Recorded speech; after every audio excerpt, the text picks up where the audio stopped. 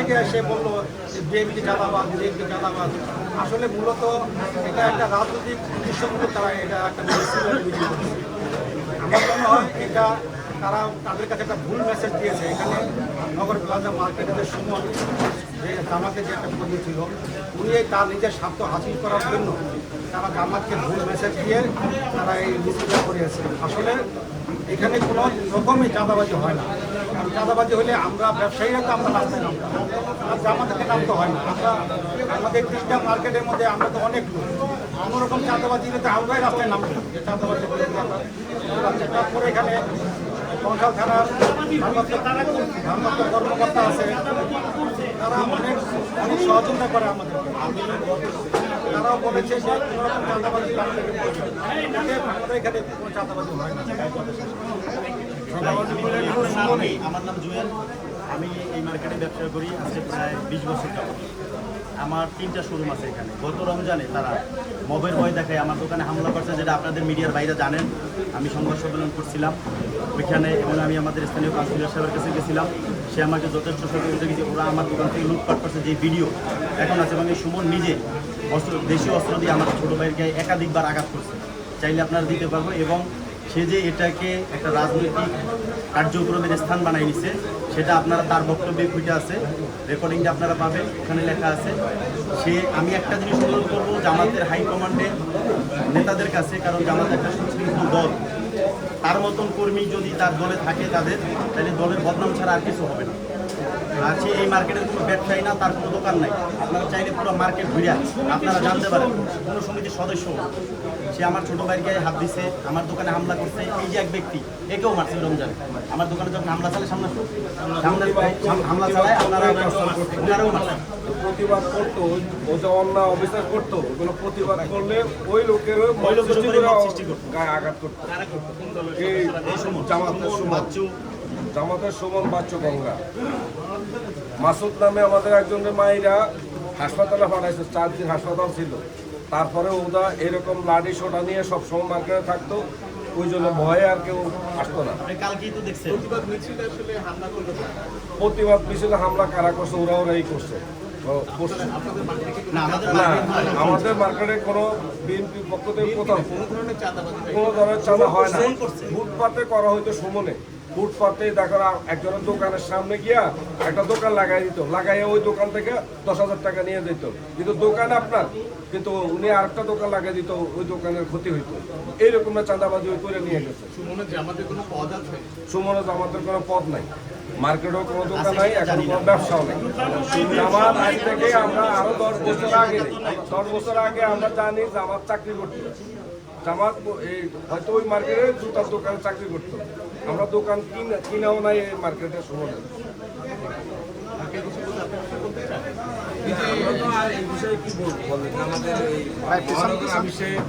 সুমনের ইনফরমেশনে আমাদের বিএনপি নেতৃবৃন্দ কথাবার্তা বলছে, মিথ্যে কথা না জেনে। এই জিনিসটা ওনাদের মতো সংগঠনের আরও খোঁজখবর নিয়ে বলা উচিত ছিল। এই বক্তব্যটা উনি যে দিয়েছেন, আমাদের সেই সম্মানিত সাবেক কাউন্সিলর মামুন ভাই, আমাদের আরাধন নেতা রঞ্জু ভাই, এদের সম্বন্ধে যে কথা বলছে, মার্কেটে কারো কাছ থেকে 1 টাকা ওনারা নিয়েছেন, এদের কোনো কেউ দিতে পারবে না, গোপনেও না। আপনারা মার্কেটে ব্যবসায়ীরা আছে, প্রকাশ্যে না হয়ে আপনারা গোপনে আসবেন, ক্যামেরা লুকে আসবেন, কারো কাছে আলাপ করবেন যে আসলে তারা কোনো দাদাবাজি করছে কিনা। এদের কোনো রেকর্ড নেই। কিন্তু নুরুল ইসলাম বুলবুল সাহেব জাতীয় সংসদ সদস্য, ওনারা যেভাবে মিথ্যে বিবৃতি এভাবে দিবেন, এটা আমরা ওনাদের কাছে কামনা করি।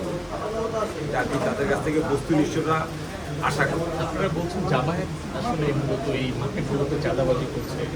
এই মার্কেটটাতে, নগর প্লাজা মার্কেটটাতে, যাকে সুপার মার্কেট, সিটি প্লাজা শান্তিপূর্ণভাবে চলতেছে। যেহেতু এই মার্কেটের সভাপতি রেজিস্টার দোষক ছিল, 5 তারিখের পর উনি পলায়ন করছে, যে সমিতিটা খালি ছিল, তো এই সুযোগে সুমন এই সমিতিটা দখল করে ফেলছে।